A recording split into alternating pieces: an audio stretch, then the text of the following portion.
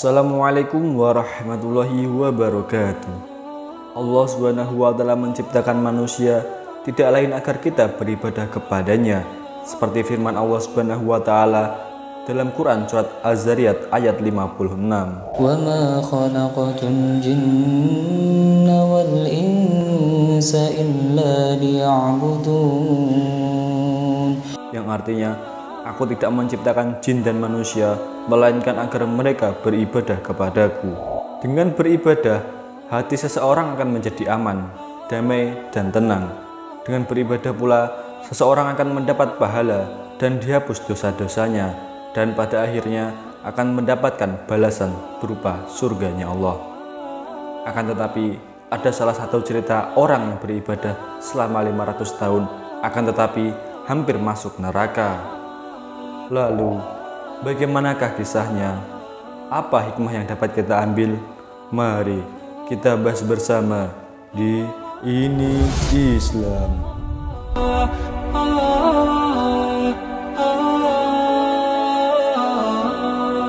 Dikisahkan dari sahabat Jabir radhiyallahu an, beliau berkata, Rasulullah Shallallahu alaihi wasallam pernah keluar menemui kami, lalu bersabda, baru saja kekasihku, malaikat Jibril keluar dariku, di mana dia memberitahuku, wahai Muhammad, demi zat yang mengutusmu dengan kebenaran, sesungguhnya Allah memiliki seorang hamba di antara sekian banyak hamba-hambanya yang melakukan ibadah. Ia melakukan ibadah selama 500 tahun di atas gunung yang berada di tengah laut, yang lebarnya 30 hasta dan panjangnya 30 hasta pula. Sedangkan jarak laut tersebut masing-masing arah mata angin sepanjang 4000 farsah. Allah mengeluarkan mata air di pucuk gunung itu hanya seukuran jari. Airnya sangat segar, mengalir sedikit demi sedikit, hingga menggenang di bawah kaki gunung tersebut.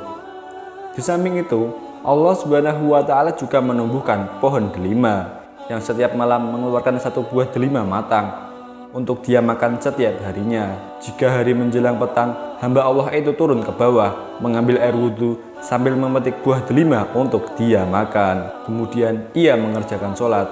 Ia berdoa kepada Allah Subhanahu wa Ta'ala jika waktu ajalnya telah tiba. Ia meminta agar ia diwafatkan dalam keadaan bersujud, dan ia memohon agar jangan sampai jasadnya rusak dimakan tanah atau lainnya, sehingga ia dibangkitkan dalam keadaan bersujud juga. Jibril melanjutkan, maka Allah Subhanahu wa Ta'ala benar-benar melakukan demikian, sehingga kami melewatinya ketika kami turun dan naik, dan kita dapati bahwa ia akan dibangkitkan pada hari kiamat, lalu dihadapkan kepada Allah. Kemudian Allah Subhanahu wa Ta'ala berfirman, masukkanlah hambaku ini ke dalam surga karena rahmatku. Hamba itu membantah, ya Rob, masukkan aku ke surga karena perbuatanku. Allah Subhanahu wa Ta'ala berfirman, masukkanlah hambaku ini ke dalam surga karena rahmatku. Kemudian hamba tersebut membantah lagi, ya Rob, masukkan aku ke surgamu karena amalku. Maka Allah memerintahkan para malaikat, cobalah kalian timbang, lebih berat mana antara kenikmatan yang aku berikan kepadanya dengan amal perbuatannya selama 500 tahun. Maka ia dapati bahwa kenikmatan penglihatan saja lebih berat dibanding ibadahnya selama 500 tahun. Belum lagi kenikmatan anggota tubuh lainnya yang belum ditimbang. Maka Allah Subhanahu wa Ta'ala berfirman, sekarang masukkanlah hambaku ini ke neraka. Kemudian ia diseret ke dalam neraka. Hamba itu lalu berkata, ya Rabbi, benar, aku masuk surga hanya karena rahmatmu. Masukkanlah aku ke dalam surgamu. Allah Subhanahu wa Ta'ala berfirman, kembalikanlah ia. Kemudian ia dihadapkan lagi di depannya Allah Subhanahu wa Ta'ala. Allah bertanya kepadanya, wahai hambaku, siapakah yang menciptakanmu ketika kamu belum menjadi apa-apa? Hamba tersebut menjawab, engkau, wahai Tuhanku. Allah Subhanahu wa Ta'ala bertanya lagi, yang demikian itu karena keinginanmu sendiri atau berkat rahmatku? Dia menjawab, semata-mata karena rahmatmu ya Allah. Allah Subhanahu wa Ta'ala bertanya, siapakah yang memberi kekuatan kepadamu sehingga kamu mampu mengerjakan ibadah selama 500 tahun? Dia menjawab, engkau ya Rob. Dia menjawab, engkau ya Rabbi.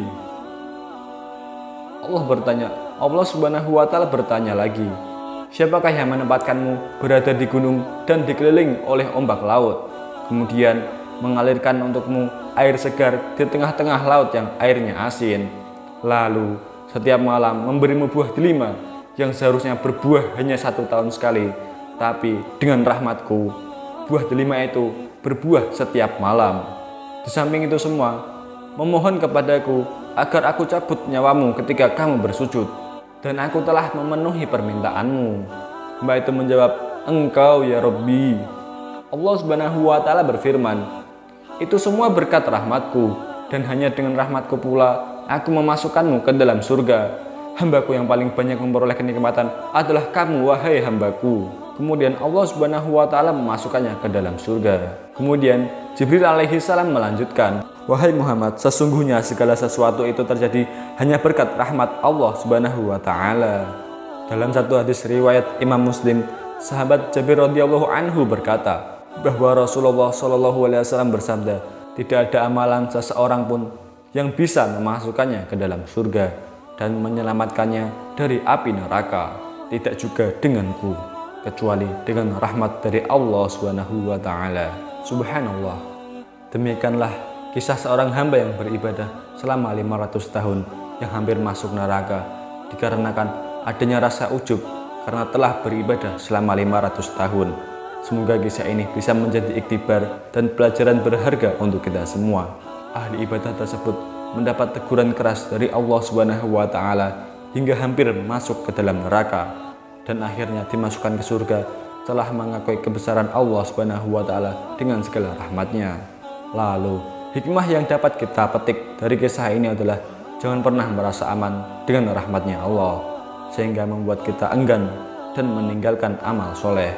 Karena Allah Subhanahu wa Ta'ala berfirman di dalam Quran surah Az-Zukhruf ayat 70, yang artinya, itulah surga yang dikaruniakan untuk kalian disebabkan amal soleh kalian dahulu di dunia.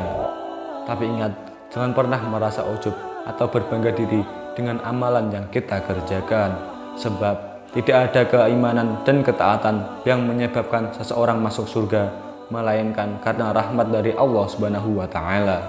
Akan tetapi, kita harus berhati-hati bila kita sering ujub, karena hal tersebut bisa menggiring kita ke dalam kesombongan. Sombong sendiri adalah sifat yang sangat tidak disukai oleh Allah Subhanahu wa Ta'ala. Hal ini tentu mengingatkan kepada kita tentang kesombongan iblis, yaitu yang terdapat di dalam Quran surat Al-A'raf ayat 12, yang artinya, apakah yang menghalangimu untuk bersujud kepada Adam di waktu aku menyuruhmu? Iblis menjawab, saya lebih baik daripadanya. Engkau menciptakan saya dari api, sedangkan engkau menciptakannya dari tanah. Menurut Ibnu Katsir, dalam catatan sejarah, dosa pertama kali yang diperbuat oleh makhluk Allah Subhanahu wa Ta'ala adalah kesombongan. Nabi juga bersabda, tidak akan masuk surga orang yang di dalam hatinya terdapat kesombongan, walau sebesar biji sawi. Hadis riwayat Muslim. Jadi kesimpulannya yaitu, kita harus menghindari kedua sifat ini, yaitu sifat ujub dan sifat sombong. Sifat ujub yaitu ketika kita merasa lebih utama daripada orang lain. Sedangkan sifat sombong adalah ketika hal itu kita tampakkan kepada orang lain, sehingga kita menganggap orang lain tersebut lebih rendah daripada kita. Sahabat ini Islam, semoga kita dijauhkan dari sifat ujub dan sombong, dan semoga kita menjadi hamba Allah yang senantiasa bersyukur atas nikmat yang Allah berikan kepada kita, dengan cara menggunakan nikmat-nikmat tersebut untuk melakukan kegiatan yang bermanfaat dan untuk beribadah kepada Allah. Wallahu a'lam bishawab. Terima kasih. Wassalamualaikum warahmatullahi wabarakatuh.